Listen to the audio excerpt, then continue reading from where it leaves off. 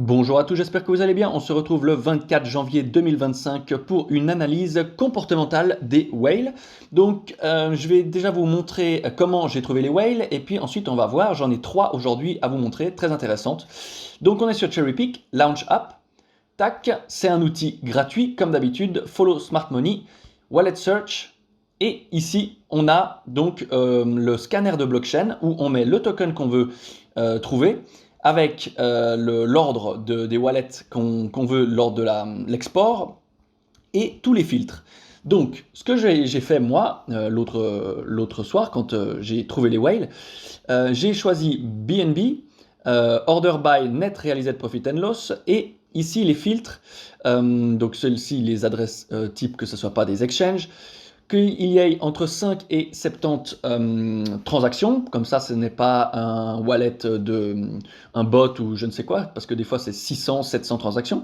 Net Realized Profit and Loss 800 000 minimum et Unrealized Profit and Loss 60 000. J'aime bien mettre un Unrealized Profit and Loss parce que j'ai envie que les whales soient toujours actives, que les adresses soient toujours actives et pas qu'il ait tout vendu. Donc ça nous a trouvé que 3. Donc vous vous rendez compte, de toute la blockchain là, ils nous ont trouvé que 3 whales qui correspondent à ma recherche. Donc, alors je vais juste refresh la page. Voilà, la première whale, c'est une whale qui a acheté du BNB il y a longtemps. Elles sont les 3 dans ce cas-là. Il lui en reste 400 000, 400 pardon, et elle en a vendu, donc elle en avait acheté 195 000 et elle en a revendu quasiment aussi 195 000. Avec un Unrealized Profit and Loss de 320 000 encore dans la poche et un Net Profit and Loss donc réalisé 3 595 000. Donc c'est un très très beau trade. Donc ce qui va nous intéresser aujourd'hui, c'est de voir un petit peu comment est-ce qu'elle a organisé ses trades.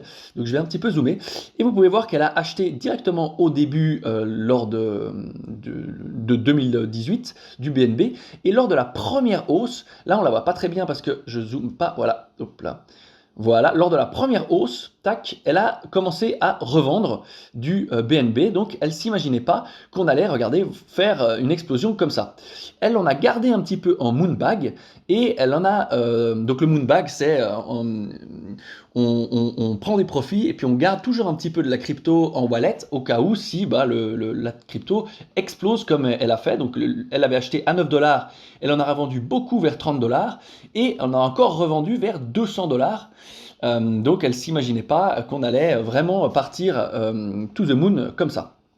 Donc très intéressant d'apprendre un petit peu de cette whale. Si je vais sur Arkham coller son adresse, on peut voir donc qu'il lui reste 472 BNB pour 325 000 $ et qu'elle n'a encore rien fait depuis un an. Voilà, donc voilà, tout ça pour cette whale. Pour cette whale-là, c'est quasiment la même chose, sauf qu'au lieu d'acheter un peu avant vers 9 $, elle en a acheté à 30. Et elle a revendu par palier lors de la première montée, donc lors du bull run de 2021. Et elle en a ensuite plus revendu ni acheté. Et elle vient d'en revendre il y a quelques jours. Ici, on peut voir, tac, elle en a revendu 100 il y a 13 jours. Donc, elle avait gardé encore un moonbag et qu'elle a revendu maintenant. Est-ce qu'il lui en reste? Oui, il lui en reste encore 100.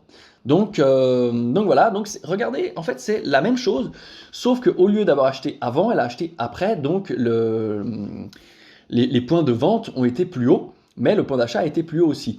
Un Unrealized Profit and Loss de 65 000 et un Net Profit and Loss de 3 700 000. Donc c'est quasiment un petit peu pareil. La psychologie est la même. Si je vais sur Arkham, il lui reste donc 100 BNB et puis il y a beaucoup d'USDT. Et il n'a plus rien fait depuis 7 mois. Alors non, c'est pas normal ça, parce que... Oui, voilà. Donc il y avait des filtres, je ne sais pas pourquoi. Et si on vient voir, je vous montre juste son visualizer, parce que j'ai regardé un petit peu, il n'a rien d'autre, vraiment, je n'ai pas trouvé d'autres adresses intéressantes pour cette whale. Et la troisième, que je trouve la plus intéressante, c'est celle-ci. Donc, il a acheté au début vers 8 $ du BNB pour 24 000 $ et il a revendu 2 tiers de son bag très récemment, là, il y a un mois, pour 1 1 210 000 $. Donc c'est le trade qui a duré 4 ans. Vous voyez, il a acheté il y a, enfin même 5 ans, il a acheté il y a 5 ans et 11 mois et il a revendu il y a 1 mois et 29 jours. Alors si on avait trouvé cette adresse il y a 2 mois, j'aurais sûrement dit, écoutez, vous voyez, ça c'est sûrement une adresse qui a été perdue. Mais pas du tout. Unrealized Profit and Loss actuel de 400 000 $, Net Profit and Loss de 1 million de dollars et un ROI de 6000%. Donc ça, c'est vraiment exceptionnel. Il aurait pu revendre ici lors de la première montée, mais il ne l'a pas fait. Il a revendu il y a 2 mois. Alors, est-ce qu'il a perdu ses clés entre-temps? Ça, on peut s'imaginer tout ce qu'on veut. Mais imaginons que non. On peut voir que si je reprends la première whale, tac, ensuite la deuxième whale, celle-ci et celle-là, celui qui a fait le plus de gains, c'est celui qui n'a pas revendu tout de suite ses cryptos et qui a tenu sur le long terme. Donc ça, c'est quelque chose de très intéressant à garder en tête pour nous. Ensuite, si je vais coller son adresse sur Arkham, on peut voir qu'il a 833 000 $, moitié de USDT et moitié de BNB. J'ai été sur le visualizer parce que j'ai trouvé ici, si je descends un petit peu, tac, il y a 3 mois, une autre adresse avec qui il a discuté pour envoyer un petit peu d'Ether, peut-être pour payer des frais de transaction.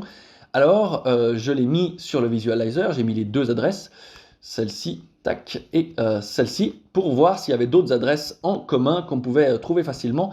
Mais à part du Binance Deposit, du OneInch, il y a celle-ci, la 778, mais il me semble, je vais la prendre là, dans le... Ouais, voilà, directement, quand on voit ça comme ça, on se rend compte que c'est sûrement un bot ou un contrat. Je la colle ici et...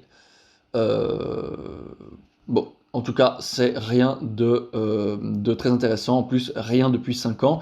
Bon, peut-être cet OpenSea User. Bon, rien aussi depuis 3 ans. Bon, on va pas aller se perdre comme ça dans la blockchain.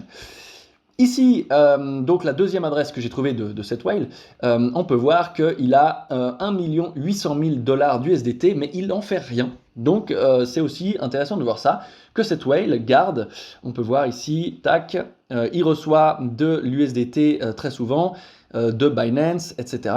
Il renvoie un petit peu d'Ether sur Binance, mais il ne fait rien avec ses USDT et il hold comme ça. Donc ça, c'est une adresse typiquement à garder sous la main pour voir s'il n'achète pas quelque chose et qu'il fait un bon trade comme les dernières fois. Voilà pour cette analyse des 3 whales de BNB. J'espère que ça a été intéressant pour vous de regarder un petit peu les différences et aussi les similitudes, les similarités de comportement de ces whales. Je vous souhaite une très bonne journée à tous. N'hésitez pas à liker, à commenter et à vous abonner. Ciao, ciao!